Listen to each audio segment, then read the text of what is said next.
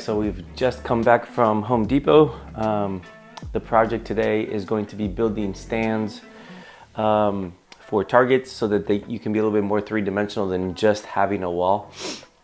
For me, I have these two walls that gives me, depending on the size of the target, how it's reduced, it gives me different distances, but they're all flat, and it'd be nice to have a little bit of a three-dimensional look. From time to time, I'll use these. Again, this is just a light stand for like a studio light type thing, and you can just use some masking tape to do that, give yourself a little three-dimensional look. But in addition to just some target stands, I'm gonna make one target stand, and I'm gonna make a port stand, and I'll show you in a little while once it's all done what it looks like. And the port is going to allow me to have a place to kind of like squat into, to shoot through. If you do any kind of matches, competition, you know what a port is. If you don't, that's okay too. It just makes you shoot in a little bit of a restricted space, a little bit of an unconventional position, if you will. So I have some PVC pipes. I'll list all the things that you might need if you want to do that. I am going to be incorporating more three-dimensional looks into my Dryfire, so I encourage you to do the same. We'll still use very similar targets, so 1/3, 1/6 size, and the half size targets, and you can use IDPA, USPSA, or even the IPSC turtle looking thing. So we'll use masking tape to attach these things to these different stands, but I believe that this will give us more flexibility, so let's get after it.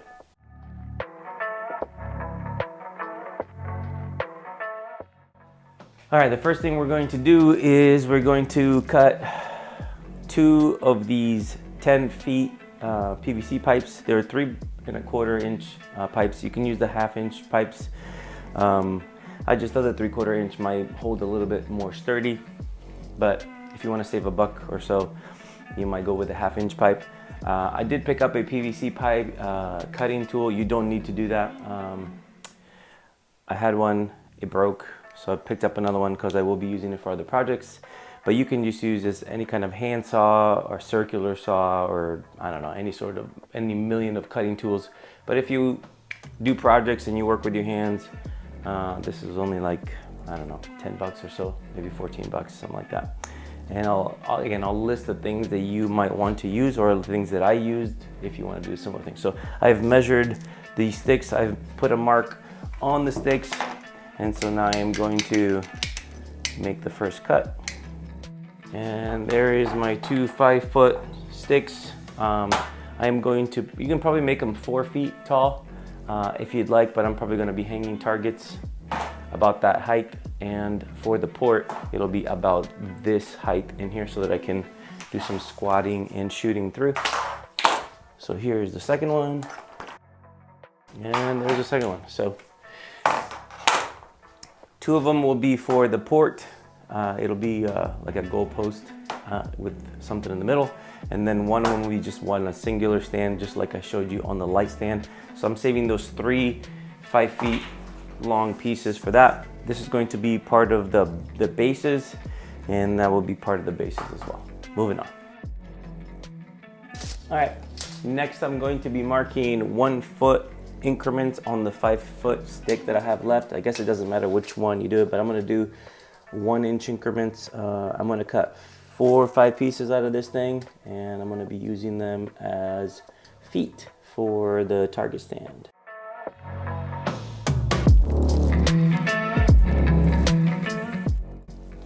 Okay, so I cut the 1 foot pieces. I am bracing them with one of these little T posts.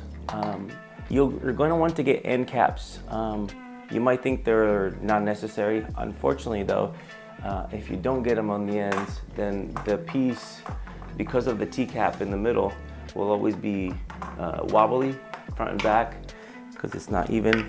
So with these, it just sits flatter. I encourage you to get them that way. And then what I'm probably going to do here is cut this middle piece in half. So it'll be a narrow a narrow stand with a T-post in the middle. Right there, so that I can hang my target from it. So I'm gonna cut this in half.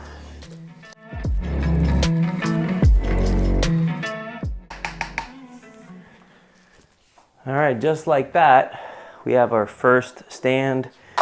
This will be just for a target. So let me grab a target really quick so you know what it looks like. So this is a half-size target.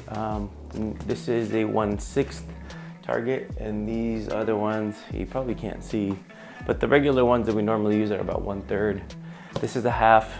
You can hang it with some masking tape and then just kind of move it around the room to wherever you want to practice. So if you're doing some transitions from one wall to another wall, or if you have a hallway or something, you want to obstruct the view of this target, you can come around, and this doesn't have to be hanging from a wall. It can just be that.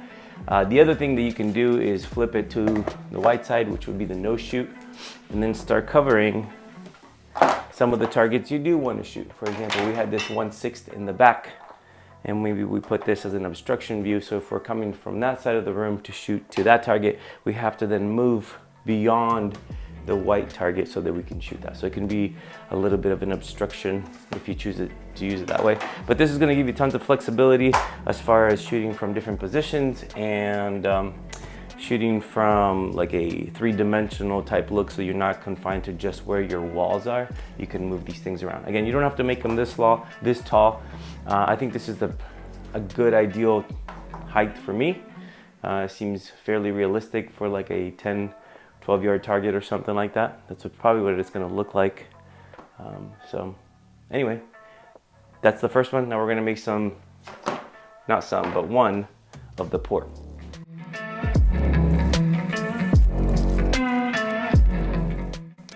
All right, we're making some decisions here on the fly.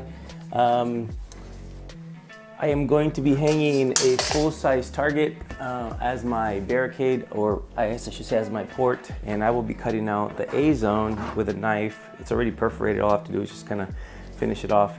And so once the hole is poked through, that would be the port that I try to shoot through or see my targets through.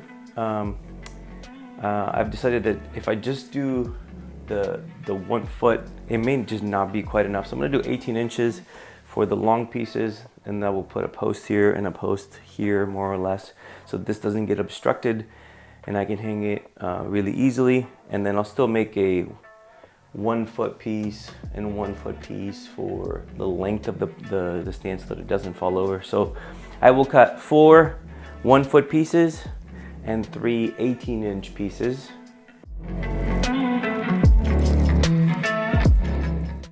So wanted to make sure before I started cutting that the pieces would actually cut or fit, so that in one 10-foot piece, so that I don't have to go buy another one, because that would be super annoying if I missed it by a couple of inches. But the math is right. So 3 pieces of 18, which will be essentially the back, the middle, and the front, and then 4 pieces of 12, which will be just like this, right? 12, 12, 12, 12, and then it'll be 18, 18, 18. And then I'll cut the middle one in half. Actually, I don't think I'll need to cut that middle in half. Now that I think about it, I will not. Right?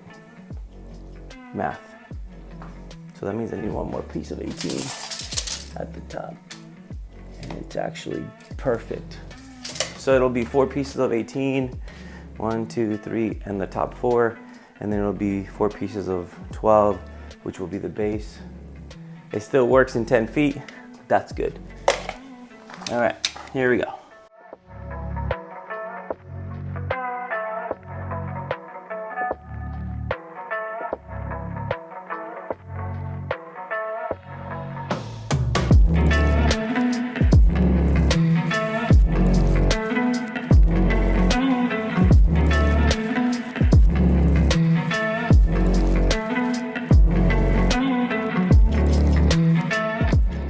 All right, so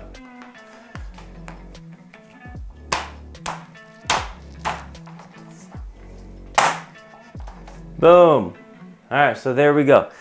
Had a little bit of a crisis has been solved. I cut one of the pieces in the wrong mark, but ended up that we are good anyway.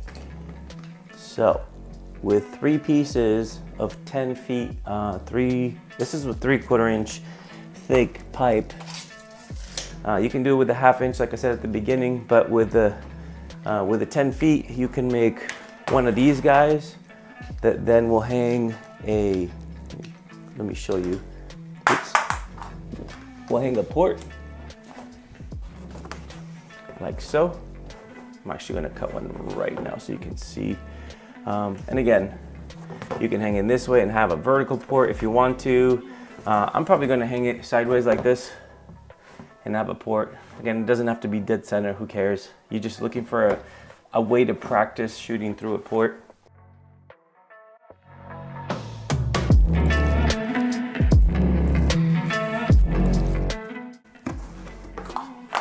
So there's my port, and I can hang it. I can hang it backwards, however you want to. Hang it however makes you happy. If you want to do it on one side, it doesn't matter if it's in the middle or not, obviously, right? So I'm probably going to hang it like this so it sits a little bit more evenly on the port, and then you can shoot through things, shoot on both sides of the port. But this will be really cool to have another dimension. I can make, if I have a match and I see that there's some low ports at Nationals, there were some really low ports, and I can just rehang this very low and practice some really deep squats or even like kneeling position or prone position if I want to just put like just a straight piece of cardboard there and just practice some prone position. So these 2 little pieces that we just built today give us just more options to practice things that we may not get to do with just one-dimensional on the wall targets. So I will put all of the pieces that you might need, or all the pieces that I used, but again, 3 10-foot PVC pipes, some elbow connections, some T connections, and definitely some stops, some covers at the bottom of this stand so that it doesn't wobble. And then you're just use some masking tape to hang your targets this way.